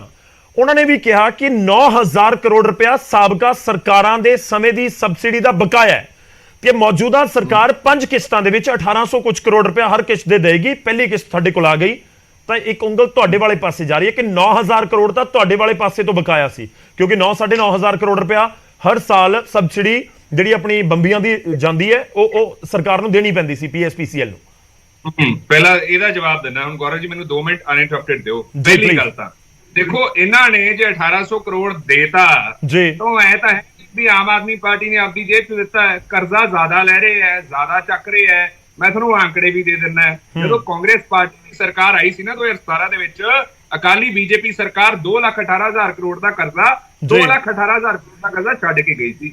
ਜਦੋਂ ਅਸੀਂ ਵਾਪਸ ਗਏ ਆ ਤੇ ਅਸੀਂ 2022 ਦੇ ਵਿੱਚ 2,85,000 ਦਾ ਕਰੋੜ ਦਾ ਜਿਹੜਾ ਕਰਜ਼ਾ ਸੀਗਾ ਛੱਡ ਕੇ ਗਏ ਆ। ਮਤਲਬ ਕਿ 2,17,000 ਤੋਂ 2,85,000 5 ਸਾਲਾਂ ਦੇ ਵਿੱਚ 15,000 ਕਰੋੜ ਦੇ ਨੇੜੇ ਤੇੜੇ ਗੱਲ ਆ ਰਹੀ ਹੈ, ਕਿਉਂਕਿ ਅਸੀਂ ਵੀ ਇੰਟਰਸਟ ਦੇਣਾ ਸੀਗਾ, ਪ੍ਰਿੰਸੀਪਲ ਅਮਾਉਂਟ ਵੀ ਮੋੜਨਾ ਸੀਗਾ। ਲੇਕਿਨ ਆਮ ਆਦਮੀ ਪਾਰਟੀ 30,000 ਕਰੋੜ ਦੇ ਨੇੜੇ ਕਰਜ਼ਾ ਲੈ ਰਹੀ ਹੈ। तो जे 30,000 करोड़ का कर्जा लेकर 1800 करोड़ देता तो किड्डी वड्डी गल कर ली, ਜਾਂ ਤਾਂ ਬਗੈਰ ਕਰਜ਼ਾ ਲੈ ਦਿੰਦੇ, ਇਕਨੋਮੀ ਜਨਰੇਟ ਕਰਦੇ, ਰੈਵਨਿਊ ਜਨਰੇਟ ਕਰਦੇ, ਫਿਰ ਤਾਂ ਲੱਗਦਾ ਪਤਾ। ਦੂਜੀ ਗੱਲ, ਲੋਕ ਕਨਫਿਊਜ਼ ਤਾਂ ਹੋ ਰਹੇ, ਤਾਂ ਤੁਹਾਨੂੰ ਸਵਾਲ ਭੇਜ ਰਹੇ ਗੌਰਵ ਜੀ, ਕਿਉਂਕਿ ਇਹ ਕਨਫਿਊਜ਼ ਕਰਨ ਦੀ ਕੋਸ਼ਿਸ਼ ਕਰ ਰਹੇ ਹੈ ਆંકੜੇ ਨੂੰ ਫੱਜ ਕਰਕੇ। ਮੈਂ ਇਹਨਾਂ ਨੂੰ ਪੁੱਛਦਾ ਹਾਂ, ਕਹ ਰਹੇ ਸਾਡੇ ਮੰਤਰੀ ਹੁਣ ਖਾਣੂ ਹਟ ਗਏ ਜੀ ਆਮ ਆਦਮੀ ਪਾਰਟੀ ਤੇ, ਤਾਂ ਕਰਕੇ ਬੜੀ ਇਕਨੋਮੀ ਵਧੀਆ ਹੋ ਰਹੀ ਹੈ। ਪਹਿਲਾਂ ਤਾਂ ਤੁਹਾਡੇ ਵਿਜੇ ਸਿੰਘਲਾ ਸਾਹਿਬ ਤੇ ਕੇਸ ਹੋ ਗਿਆ, ਮੰਤਰੀ ਪਦ ਤੋਂ ਉਤਾਰਤੇ, ਫਿਰ ਬਠਿੰਡਾ ਰੂਰਲ ਦੇ MLA ਜਿਹੜੇ ਸਰਾਣੀ ਸਾਹਿਬ ਸੀ ਉਹਨਾਂ ਦੇ ਖਿਲਾਫ ਤੁਸੀਂ ਪ੍ਰੋਬ ਕਰਵਾਈ ਨਹੀਂ, ਅੱਜ ਵੀ ਡਿਮਾਂਡ ਹੈ। ਤੀਜਾ, ਇਹਨਾਂ ਨੇ ਕਿਹਾ ਆਊਟਸਾਈਡਰ ਜਿਹੜੇ, ਅਸੀਂ ਇੰਡੀਆ ਦੀ ਗੱਲ ਕਰਦੇ ਜੀ, ਇੰਡੀਆ ਦਾ ਭਲਾ ਦੇਖਣਾ ਅਸੀਂ, ਤਾਂ ਕਰਕੇ ਆਊਟਸਾਈਡਰ ਲਈ ਵੀ ਜਿਹੜੀ ਬਿਜਲੀ ਦੀ ਸਬਸਿਡੀ ਹੈ ਮਿਲੂਗੀ। ਹੁਣ ਆਪਦੇ ਆਪ ਨੂੰ ਕੰਟਰਡਿਕਟ ਕਰ ਲਿਆ ਇਹਨਾਂ ਨੇ, ਕਾਰਨ ਕਿਉਂਕਿ ਆਮ ਆਦਮੀ ਪਾਰਟੀ ਦਾ ਇਹ ਵੀ ਵਾਅਦਾ ਹੈ ਕਿ ਪੰਜਾਬ ਦੇ ਵਿੱਚ ਜਿੰਨੀ ਆਪਣਾ 80% ਰਿਜ਼ਰਵੇਸ਼ਨ ਪੰਜਾਬ ਦੇ ਲੋਕਾਂ ਨੂੰ ਹੀ ਮਿਲੂਗੀ। ਇੱਥੇ ਕਿਉਂ ਨਹੀਂ ਇੰਡੀਆ ਵਾਲਾ ਸਿਸਟਮ ਫੋਲੋ ਕਰ ਰਹੇ ਵੀ ਇੰਡੀਆ ਦਾ ਭਲਾ ਕਰਨਾ ਹੈ? ਇੱਥੇ ਤੁਸੀਂ ਆਪਦੇ ਹਿਸਾਬ ਨਾਲ ਬੇਸਿਕਲੀ ਆਪਦੇ ਆਪ ਨੂੰ ਕਰ ਰਹੇ ਕਈ। ਮੈਨੂੰ ਜਵਾਬ ਲੈਣ ਦਿਓ ਸਰ, ਮੈਨੂੰ ਜਵਾਬ ਲੈਣ। ਅੱਧਾ ਮਿੰਟ ਦੇ ਦਿਓ। ਜੀ ਜੀ ਪਲੀਜ਼ ਜੀ। ਦੂਜੀ ਗੱਲ ਗੌਰਵ ਜੀ ਇਹ ਹੈ ਕਿ ਆਊਟਸਾਈਡਰ ਲਈ ਹਰਿਆਣਾ ਰਿਜ਼ਰਵੇਸ਼ਨ ਕਰ ਰਿਹਾ, ਹੋਰ ਕਰ ਰਹੇ ਹੈ, ਅਸੀਂ ਦੂਜਿਆਂ ਲਈ ਪੈਸੇ ਕਿੱਥੋਂ ਦੇਈਏ? ਖੜਿਆਲ ਸਾਹਿਬ, ਦੋਵੇਂ ਚੀਜ਼ਾਂ ਨੂੰ ਤੁਸੀਂ ਮਿਕਸ ਕਰ ਰਹੇ ਹੋ, ਥੋੜੇ ਜਿਹਾ ਵੱਖਰੇ ਹੈਗੀਆਂ ਨੇ। ਹੁਣ ਕਿਸੇ ਦੇ ਘਰ ਦੇ ਵਿੱਚ PSPCL ਦਾ ਮੀਟਰ ਲੱਗਿਆ ਹੋਇਆ, ਉੱਥੇ ਆ ਕੇ ਕੋਈ ਹਰਿਆਣਾ ਦਾ ਜਾਂ UP ਦਾ ਰਹਿਣ ਲੱਗ ਗਿਆ ਤਾਂ ਕਿ ਉਸ ਮੀਟਰ ਦੇ ਉੱਤੇ ਬਿੱਲ ਜਾਣਾ ਚਾਹੀਦਾ, ਤੁਸੀਂ ਇਹ ਕਹਿ ਰਹੇ ਹੋ? ਹੁਣ 2 ਮਹੀਨੇ ਬਾਅਦ ਉਹ ਕਿਰਾਏ ਦਾ ਚੇਂਜ ਹੋ ਜਾਵੇ, ਕੋਈ ਪੰਜਾਬੀ ਆ ਕੇ ਉੱਥੇ ਰਹਿਣ ਲੱਗ ਜਾਵੇ। ਮੈਂ ਦੱਸਦਾ ਹਾਂ, ਜਿਹੜੀ ਸਬਸਿਡੀ ਕਰਕੇ ਸਾਨੂੰ 53 ਕਰੋੜ ਡੇਲੀ ਦਾ ਦੇਣਾ ਪੈ ਰਿਹਾ ਹੈ, ਜਿਹੜੀ ਸਬਸਿਡੀ ਕਰਕੇ ਸਾਨੂੰ ਘਾਟੇ ਪੈ ਰਹੇ ਹੈ, ਤੇ ਅਸੀਂ ਝੱਲ ਸਕਦੇ ਹਾਂ ਵੀ ਅਸੀਂ ਆਊਟਸਾਈਡਰਾਂ ਲਈ ਵੀ ਬਿੱਲ ਪੇ ਕਰੀਏ, ਜੋ ਆਮ ਆਦਮੀ ਪਾਰਟੀ ਨੇ ਚੱਲਦੀ ਰਿਵੇਟ ਚ ਐਡਮਿਟ ਕੀਤਾ। ਦੂਜੀ ਗੱਲ, ਲਿਕਰ ਪਾਲਿਸੀ ਤੇ ਮੇਰਾ ਸਵਾਲ ਇਹਨਾਂ ਨੂੰ ਇਹ ਹੈ, ਦਿੱਲੀ ਦੀ ਲਿਕਰ ਪਾਲਿਸੀ ਤੇ ਪੰਜਾਬ ਦੀ ਕੀ ਸਿਮਿਲਰ ਹੈ, ਹਾਂ ਜਾਂ ਨਾ? ਮੋਡਸ ਆਪਰੈਂਡੀ ਸਿਮਿਲਰ ਹੈ, ਹਾਂ ਜਾਂ ਨਾ? ਜਿਨ੍ਹਾਂ ਨੇ ਪਾਲਿਸੀ ਬਣਾਈ ਹੈ ਉਹ ਸੇਮ ਹੈ, ਹਾਂ ਜਾਂ ਨਾ? ਠੀਕ ਹੈ, ਚਲੋ ਜਵਾਬ ਲੈਣ ਦਿਓ, ਥੋੜਾ ਵੇਟ ਕਰੋ, ਜਵਾਬ ਲੈਣ ਦਿਓ। ਉਸ ਤੋਂ ਪਹਿਲਾਂ ਸਰੀਨ ਸਾਹਿਬ ਦਾ ਰੁਖ ਕਰਦੇ ਹਾਂ। ਸਰੀਨ ਸਾਹਿਬ, ਤੁਹਾਡੀ ਗੱਲ ਵੀ ਉਸ ਸਮੇਂ ਅਧੂਰੀ ਸੀ, ਤੁਸੀਂ ਉਹ ਪੂਰੀ ਕਰ ਸਕਦੇ ਹੋ। ਤੇ ਇਸ ਵਿਚਾਲੇ ਸਵਾਲ ਇਹ ਵੀ ਹੈ ਕਿ ਜਿਸ ਤਰੀਕੇ ਨਾਲ ਇਸ ਸਮੇਂ ਗੱਲ ਹੋ ਰਹੀ ਹੈ, ਤਾਂ ਤੁਹਾਨੂੰ ਵੀ ਲੱਗਦਾ ਹੈ ਕਿ ਜਿਹੜੇ ਪੰਜਾਬ ਤੋਂ ਬਾਹਰ ਤੋਂ ਆ ਰਹੇ ਨੇ ਉਹਨਾਂ ਨੂੰ ਸਬਸਿਡੀ ਦਾ ਫਾਇਦਾ ਨਾ ਹੋਵੇ? ਜੇ ਤੁਸੀਂ ਚਾਹੁੰਦੇ ਹੋ ਕਿ ਇਹ ਨਾ ਹੋਵੇ, ਜੇ ਤੁਹਾਡਾ ਵੀ ਸਟੈਂਡ ਸੇਮ ਹੈ ਕਾਂਗਰਸ ਦੀ ਤਰ੍ਹਾਂ, ਤਾਂ ਉਹ ਫਾਰਮੂਲਾ ਵੀ ਦੱਸ ਦਿਓ ਕਿ ਕਿਵੇਂ ਉਹਨਾਂ ਨੂੰ ਇਸ ਤੋਂ ਵਾਂਝੇ ਰੱਖਿਆ ਜਾਵੇ। ਗੌਰਵ ਜੀ, ਮੈਂ ਆਪਣੀ ਪਿਛਲੀ ਗੱਲ ਨੂੰ ਥੋੜਾ ਰਿਪੀਟ ਕਰਾਂਗਾ ਕਿਉਂਕਿ ਮੇਰੀ ਉਸ ਵੇਲੇ ਆਵਾਜ਼ ਠੀਕ ਨਹੀਂ ਸੀ ਆ ਰਹੀ। ਠੀਕ ਹੈ, ਹੁਣ ਕਲੀਅਰ ਆ ਰਹੀ ਹੈ ਤੁਹਾਡੀ ਆਵਾਜ਼। ਹਾਂ, ਮੈਂ ਸ਼ੁਰੂ ਕਰਦਾ ਕਿ ਮੈਂ ਪਹਿਲਾਂ ਹੀ ਕਿਹਾ ਸੀਗਾ ਕਿ ਆਮ ਆਦਮੀ ਪਾਰਟੀ ਝੂਠ ਔਰ ਫਰੇਬ ਦੀ ਰਾਜਨੀਤੀ ਕਰਦੀ ਹੈ ਔਰ ਫਿਗਰਸ ਦੀ ਜਗਲੀਰੀ ਕਰਦੀ ਹੈ। ਮੇਰਾ ਇੱਕ ਸਿੰਪਲ ਕੁਐਸਚਨ ਹੈ ਕਿ 22 ਦੇ ਬਜਟ ਦੇ ਵਿੱਚ ਜਿਹੜਾ ਇਹਦਾ ਐਸਟੀਮੇਟਡ ਇਨਕਮ ਸੀ 95,000 ਕਰੋੜ ਸੀਗੀ ਔਰ ਖਰਚਾ 1,68,000 ਕਰੋੜ ਦਾ ਸੀਗਾ। ਜਨਵਰੀ ਤੱਕ ਆਫੀਸ਼ੀਅਲ CAG ਦੀ ਫਿਗਰ ਹੈ ਕਿ 65% ਦੀ ਰਿਕਵਰੀ, ਉਹ 95,000 ਚੋਂ 65% ਦੀ ਰਿਕਵਰੀ ਸਿਰਫ ਕਰ ਸਕੇ ਜਨਵਰੀ ਤੱਕ। ਰਹਿ ਗਿਆ ਸੀ ਫਰਵਰੀ ਔਰ ਮਾਰਚ ਦਾ। ਮੰਨ ਲਈਏ 75 ਤੇ ਲੈ ਕੇ 76 ਤੇ ਲੈ ਕੇ 70 80 ਤੱਕ ਲੈ ਗਏ। ਜੇ 95 ਦਾ ਜਿਹੜਾ ਐਸਟੀਮੇਟ ਲੈ ਕੇ ਚੱਲੇ ਸੀ 30% ਤੇ ਲਗਭਗ 80,000 ਕਰੋੜ ਰੁਪਏ ਦੀ ਰਿਕਵਰੀ ਹੋਈ। ਜੋ ਐਸਟੀਮੇਟਡ ਰਿਕਵਰੀ ਸੀ ਉਹ ਤੋਂ ਵੀ ਘੱਟ। ਠੀਕ ਹੈ। ਹਾਂ, ਆਪਾਂ ਬਜਟ ਵਾਲੇ ਦਿਨ ਕਾਫੀ ਡਿਟੇਲ ਦੇ ਵਿੱਚ ਗੱਲ ਕੀਤੀ ਸੀ ਸਰੀਨ ਸਾਹਿਬ ਇਸ ਦੇ ਉੱਪਰ, ਜਿਸ ਦਿਨ ਬਜਟ ਪੇਸ਼ ਹੋਇਆ ਨਾ ਪੰਜਾਬ ਦਾ। ਕਰਨਾ ਦਿਓ, ਇਹ ਪਿਛਲੇ ਸਾਲ ਫਿਕਰ ਦੇ ਰਹੇ ਆ ਨਾ, ਮੈਂ ਤਾਂ ਉਹੀ ਕਹਿ ਰਿਹਾ। ਹੁਣ ਇਹ ਕਹਿੰਦੇ ਨੇ ਕਿ ਸਾਡੀ ਤੇ 41% ਜਿਹੜੀ ਰੈਵਨਿਊ ਵੱਧ ਗਿਆ, 16% ਜੀਐਸਟੀ ਚੋਂ ਵੱਧ ਗਿਆ ਜੀ। ਜਿਹੜਾ ਤੁਹਾਡਾ ਬਜਟ ਐਸਟੀਮੇਟ ਹੈ ਉਹ ਤੇ ਘਾਟੇ 'ਚ ਜਾ ਰਿਹਾ ਹੈ ਰਿਕਵਰੀ ਦੇ ਵਿੱਚ, ਤੇ ਇੱਥੇ ਇਨਕਮ ਕਿਵੇਂ ਹੋ ਸਕਦੀ ਹੈ? ਮੈਂ ਤੇਰੀ ਗੱਲ ਕੀਤੀ ਸੀ 41% ਸੀ, 41% ਕਰਕੇ ਇਹਦਾ ਮਤਲਬ ਪੰਜਾਬ ਦੇ ਲੋਕ 41% ਵੀ ਲੱਗ ਪਏ। ਕਿਆ ਤਾਂ ਹੈਰਾਨੀ ਨਹੀਂ ਹੁੰਦੀ ਕਿ ਜੇ ਇੱਕ ਬੋਤਲ ਪੀਣ ਵਾਲਾ ਠੀਕ ਹੈ ਸਰੀਨ ਸਾਹਿਬ, ਆਵਾਜ਼ 'ਚ ਹਜੇ ਵੀ ਪ੍ਰੋਬਲਮ ਹੈ, ਨਹੀਂ ਕਲੀਅਰ ਆ ਰਹੀ। ਤੁਸੀਂ ਬਾਰ-ਬਾਰ ਇਹ ਕਹਿ ਰਹੇ ਹੋ ਕਿ ਜੇਕਰ 2587 ਕਰੋੜ ਦਾ ਰੈਵਨਿਊ ਵੱਧ ਗਿਆ ਤਾਂ ਕੀ ਪੰਜਾਬੀਆਂ ਨੇ ਵੱਧ ਸ਼ਰਾਬ ਪੀਤੀ ਪਿਛਲੇ ਸਾਲ 'ਚ? ਤੁਸੀਂ ਇਹੀ ਕਹਿਣਾ ਚਾਹ ਰਹੇ ਹੋ? ਗੌਰਵੀ, ਜੇ ਦਾਰੂ ਕੋਈ ਪੀਂਦੇਗਾ ਰੈਵਨਿਊ ਵਧੇਗਾ ਨਾ, ਕਿਉਂਕਿ ਇਹ ਦਾਰੂ ਵਿਕ ਗਈ 1.5 ਗੁਣਾ ਦੇ ਆਸ-ਪਾਸ ਹੋ ਜਾਂਦਾ ਹੈ। ਪੰਜਾਬ ਦੇ ਲੋਕ ਇੰਨੇ ਦੱਬ ਤੋਂ ਠੀਕ ਹੈ। ਸਰੀਨ ਸਾਹਿਬ, ਅਜੇ ਵੀ ਤੁਹਾਡੀ ਆਵਾਜ਼ ਕਲੀਅਰ ਨਹੀਂ ਆ ਰਹੀ। ਅਸੀਂ ਹੋਪਫੁਲੀ ਬਾਕੀ ਵੀ ਸਾਰੇ ਮਹਿਮਾਨ ਸਮਝ ਗਏ ਹੋਣਗੇ ਤੁਸੀਂ ਕੀ ਕਹਿਣਾ ਚਾਹ ਰਹੇ ਹੋ, ਪਰ ਪਹਿਲਾਂ ਮੈਂ ਗਰੇਵਾਲ ਸਾਹਿਬ ਦਾ ਇੱਕ ਰਿਐਕਸ਼ਨ ਲੈ ਲਵਾਂ। ਗਰੇਵਾਲ, ਹਾਂ, ਨਹੀਂ ਤੁਹਾਡੀ ਆਵਾਜ਼ ਕਲੀਅਰ ਨਹੀਂ ਆ ਰਹੀ ਸਰ, ਸਮਝ ਨਹੀਂ ਪਾ ਰਹੇ ਹੋਵਾਂਗੇ ਅਸੀਂ ਕਿ ਤੁਸੀਂ ਕੀ ਕਹਿਣਾ ਚਾਹ ਰਹੇ ਹੋ। ਗਰੇਵਾਲ ਸਾਹਿਬ, ਛੋਟਾ ਰਿਐਕਸ਼ਨ ਰੱਖਿਓ, ਆਪਾਂ ਵਾਈਂਡ ਅਪ ਵਾਲੇ ਪਾਸੇ ਵਧਣਾ ਹੈ। ਪੁਆਇੰਟ ਨੰਬਰ 1 ਜੋ ਖੜਿਆਲ ਸਾਹਿਬ ਔਰ ਅਰਸ਼ਪ੍ਰੀਤ ਕਲੇਰ ਜੀ ਨੇ ਚੁੱਕਿਆ ਜੀ, ਦੋਹਾਂ ਦਾ ਜਵਾਬ ਇਹ ਹੈ, ਪੰਜਾਬ ਦਾ ਹਿਸਾਬ ਤੇ ਪੰਜਾਬ ਦਾ ਹੱਕ। ਪੰਜਾਬ ਦਾ ਹਿਸਾਬ ਬਕਾਇਆ ਪਿਆ, ਜਿਹੜਾ ਪੰਜਾਬ ਨੇ ਖੂਨ ਬਹਾਇਆ ਇਸ ਦੇਸ਼ ਲਈ, ਉਹਦਾ ਜਿਹੜਾ ਬਕਾਇਆ ਉਹ ਮਿਲਣਾ ਪਹਿਲੀ ਗੱਲ। ਦੂਜੀ ਗੱਲ, ਛੋਟੀ ਸੋਚ, ਇੱਥੇ ਗੁਰੂਆਂ ਨੇ ਲੰਗਰ ਚਲਾਇਆ ਜੀ, ਅਸੀਂ ਤੇਰਾ ਮੇਰਾ ਨਹੀਂ ਕਰਦੇ, ਅਸੀਂ ਤੇਰਾ ਮੇਰਾ ਨਹੀਂ ਕਰਦੇ, ਬਾਬਿਆਂ ਦੇ ਬੱਚੇ ਆ ਅਸੀਂ। ਇਹ ਨਹੀਂ ਕਹਿੰਦੇ ਤੂੰ ਆ ਗਿਆ, ਤੂੰ ਬਾਹਰੋਂ, ਤੂੰ ਫਲਾਣਾ, ਤੂੰ ਕਹਿਣਾ ਜਿਹੜਾ ਪੰਜਾਬ 'ਚ ਬੈਠਾ ਪੰਜਾਬ ਦਾ ਸੁੱਖ ਭੋਗੂਗਾ, ਇਲਾਜ ਕਰਾਊਗਾ, ਬੱਚੇ। ਗਰੇਵਾਲ ਸਾਹਿਬ ਦੇਖੋ, ਬੀਜੇਪੀ ਇਹ ਕਹਿ ਰਹੀ ਹੈ, ਬੀਜੇਪੀ ਦੇ ਨੁਮਾਇੰਦੇ ਨੇ ਕਿਹਾ ਕਿ ਤੁਸੀਂ 95,000 ਕਰੋੜ ਦੀ ਇਨਕਮ ਦਾ ਐਸਟੀਮੇਟ ਦੱਸਿਆ ਸੀ, ਜੇ ਪੂਰਾ ਨਹੀਂ ਹੋਇਆ 15-18,000 ਕਰੋੜ ਦਾ ਫਰਕ ਹੈ ਉੱਥੇ, ਤਾਂ ਫਿਰ ਉਹ ਕਿਵੇਂ ਘਾਟਾ ਪੂਰਾ ਕਰੋਗੇ? ਨਵਾਂ ਬਜਟ ਆ ਗਿਆ, ਇੱਕ ਹੋਰ ਵੱਡੀ ਫਿਗਰ ਸਾਡੇ ਸਾਹਮਣੇ ਆ ਚੁੱਕੀ ਹੈ ਕਰੀਬ 1.25 ਲੱਖ ਕਰੋੜ ਦੀ, ਇਹ ਪੂਰਾ ਕੰਪਲੀਟ ਕਿਵੇਂ ਕਰਾਂਗੇ ਅਸੀਂ? ਸਰ, ਇੰਡੀਆ ਦਾ ਬਜਟ ਡੈਫਿਸਿਟ 40% ਹੈ। ਜੇ ਮੋਦੀ ਸਰਕਾਰ ਨੇ 250 ਬਿਲੀਅਨ ਦਾ ਕੋਈ ਬਜਟ ਫਰਜ਼ ਕਰੋ, ਨੰਬਰ ਦੇ ਰਹੇ ਆ, ਤਾਂ ਉਹਨਾਂ ਕੋਲ ਹੈਗੇ 185 ਬਿਲੀਅਨ ਹੀ। ਇਹ ਰੈਵਨਿਊਜ਼ ਔਨ ਦਾ ਈਅਰ ਕੈਲਕੂਲੇਟ ਹੋ ਕੇ ਬਣਦੀਆਂ ਨੇ, ਸਰਕਾਰਾਂ ਕੋਸ਼ਿਸ਼ਾਂ ਕਰ। ਚਲੋ ਛੋਟਾ ਜਿਹਾ ਜਵਾਬ ਲੈਣ ਦਿਓ ਸਰੀਨ ਸਾਹਿਬ, ਇੱਕ ਵਾਰੀ ਟਰਾਈ ਕਰਦੇ ਹਾਂ ਕਿ ਤੁਹਾਡੀ ਆਵਾਜ਼ ਸਾਡੇ ਤੱਕ ਪਹੁੰਚੇ। ਸਰੀਨ ਸਾਹਿਬ, ਗਰੇਵਾਲ ਸਾਹਿਬ ਇੱਕ ਮਿੰਟ, ਨਹੀਂ ਮੈਂ ਇਹ ਡੈਫਿਸਿਟ ਦੀ ਗੱਲ ਨਹੀਂ ਕਰ ਰਿਹਾ, ਪਰ ਇੱਕ minute Grewal Sahib please sir, ਮੈਂ ਤੁਹਾਨੂੰ ਇਹ ਕਹਿ ਰਿਹਾ, ਤੁਸੀਂ ਆਪਣੀ ਗੱਲ ਰੱਖ ਲਓ। ਇੱਕ ਮਿੰਟ, ਮੇਰਾ ਇਹ ਕਹਿਣਾ ਹੈ ਕਿ ਜਿਹੜਾ ਬਜਟ ਐਸਟੀਮੇਟ ਸੀਗਾ ਜੀ, ਜੇ ਉਹੀ ਪੂਰਾ ਨਹੀਂ ਹੋਇਆ ਤੇ ਵਾਧਾ ਕਿੱਥੋਂ ਆ ਗਿਆ? ਮੈਂ ਤੁਹਾਡਾ ਪੁਆਇੰਟ ਲੋਕਾਂ ਨੂੰ ਸਮਝ ਆ ਰਿਹਾ ਹੈ, ਪਰ ਦੂਜਾ ਪੁਆਇੰਟ ਆਮ ਆਦਮੀ ਪਾਰਟੀ ਦਾ ਇਹ ਹੈ ਕਿ ਇਹ ਕੋਈ ਨਵੀਂ ਗੱਲ ਨਹੀਂ, ਔਰ ਇਹ ਸੈਂਟਰ ਦੀ ਸਰਕਾਰ ਦੇ ਸਾਹਮਣੇ ਵੀ ਚੁਣੌਤੀ ਹੈ। ਉਹ 40% ਘਾਟੇ ਦੇ ਉੱਪਰ ਚੱਲ ਰਹੇ ਹੁੰਦੇ ਆ, ਜੇ ਉਹਨਾਂ ਨੇ 100 ਰੁਪਏ ਦੱਸਿਆ ਹੁੰਦਾ ਤਾਂ 60 ਰੁਪਏ ਉਹਨਾਂ ਦੇ ਕਮਾਈ ਹੁੰਦੀ ਹੈ। ਮੇਰੀ ਗੱਲ ਸੁਣੋ, ਮੈਂ ਡੈਫਿਸਿਟ ਦੀ ਗੱਲ ਨਹੀਂ ਕਰ ਰਿਹਾ, ਮੈਂ ਕਹਿ ਰਿਹਾ ਉਹ ਤੋਂ 60,000 ਦਾ ਸੀਗਾ ਤੇ 95,000 ਦੀ ਇਨਕਮ ਦਾ ਸੀਗਾ। ਮੈਂ ਗੱਲ ਕਰ ਰਿਹਾ ਜਿਹੜੀ 95,000 ਦਾ ਇਨਕਮ ਉਦੋਂ ਤੋਂ ਵੀ ਘਟ ਗਏ।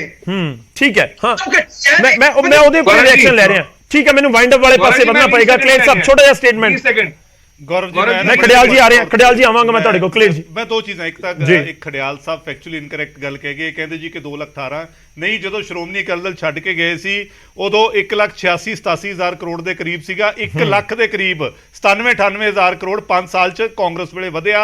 ਔਰ ਪੰਜਾਬ ਦੇ ਉੱਤੇ ਅਗਰ ਕਰਜ਼ੇ ਦੀ ਆਪਾਂ ਸ਼ੁਰੂਆਤ ਵੀ ਕਰੀਏ ਤਾਂ ਕਾਂਗਰਸ ਨੇ ਹੀ ਸ਼ੁਰੂਆਤ ਕੀਤੀ, ਕਿਉਂਕਿ ਜਦੋਂ ਉਸ ਸਮੇਂ 84 ਦੇ ਵਿੱਚ ਕਾਲੇ ਦੌਰ ਦੀ ਲੜਾਈ ਪੰਜਾਬ ਨੇ ਲੜੀ ਤਾਂ ਸਾਰਾ ਖਰਚਾ ਇੰਦਰਾ ਗਾਂਧੀ ਨੇ ਪੰਜਾਬ ਦੇ ਸਿਰ ਤੇ ਪਾਇਆ, ਤੇ ਉਹੀ ਇਤਿਹਾਸਿਕ ਗਲਤੀ ਆਮ ਆਦਮੀ ਪਾਰਟੀ ਨੇ ਜਿਹੜੀਆਂ ਹੁਣ ਕੇਂਦਰ ਦੀਆਂ ਫੋਰਸਾਂ ਮੰਗਾਈਆਂ ਪੰਜਾਬ 'ਚ, ਇਹ ਵੀ ਖਰਚਾ ਪੰਜਾਬ ਤੇ ਹੀ ਪੈ ਰਿਹਾ। ਪੰਜਾਬ ਦਾ ਰੈਵਨਿਊ ਕੋਈ ਵੱਧ ਨਹੀਂ ਰਿਹਾ। ਇਹ 45,000 ਕਰੋੜ ਦਾ ਕਰਜ਼ਾ ਜਿਹੜਾ ਇਸ ਸਾਲ 'ਚ ਹੈ, ਇਹ ਅਗਲੇ ਸਾਲ ਤੁਸੀਂ ਦੇਖੋਗੇ 55,000 ਕਰੋੜ ਦਾ ਹੋਊਗਾ ਇਹਨਾਂ ਦੀ ਨੀਤੀਆਂ ਕਰਕੇ। ਸੋ ਅੱਜ ਸਵਾਲ ਕੀ ਖੜਾ ਹੁੰਦਾ ਗੌਰਵ ਜੀ, ਕੀ ਅਸੀਂ ਡਾਟੇ ਫੱਜ ਕਰਕੇ, ਝੂਠ ਬੋਲ ਕੇ ਪੰਜਾਬ ਨੂੰ ਗੁੰਮਰਾਹ ਕਰ ਸਕਦੇ ਹਾਂ? ਦੇਖੋ, ਮੈਂ ਬੜਾ ਸਪਸ਼ਟ ਤੌਰ ਤੇ 1-2 ਗੱਲਾਂ ਇਹਨਾਂ ਨੂੰ ਕਹਿਣੀਆਂ ਚਾਹੁੰਦਾ ਬਾਬ ਗਰੇਵਾਲ ਸਾਹਿਬ ਨੂੰ।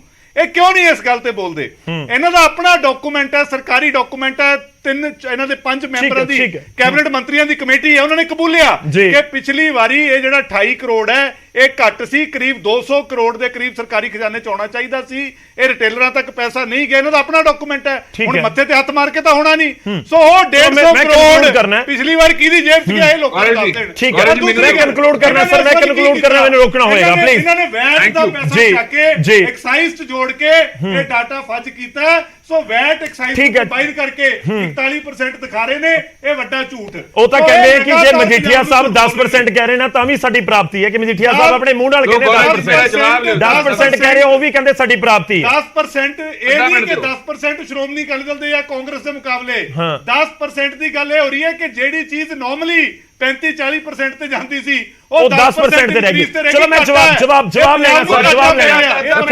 ਖੜਿਆਲ ਸਾਹਿਬ ਬਹੁਤ ਛੋਟੀ ਸਟੇਟਮੈਂਟ, ਮੈਂ ਕੰਕਲੂਡ ਕਰਨਾ ਹੈ। बड़ा स्पेसिफिक रखूंगा, आधा मिनट अनइंटरप्टेड दे दो। जी, जी, please, खड़ियाल जी। क्लियर साहब मेनू इंटरप्ट ना करना, देख लैन बस।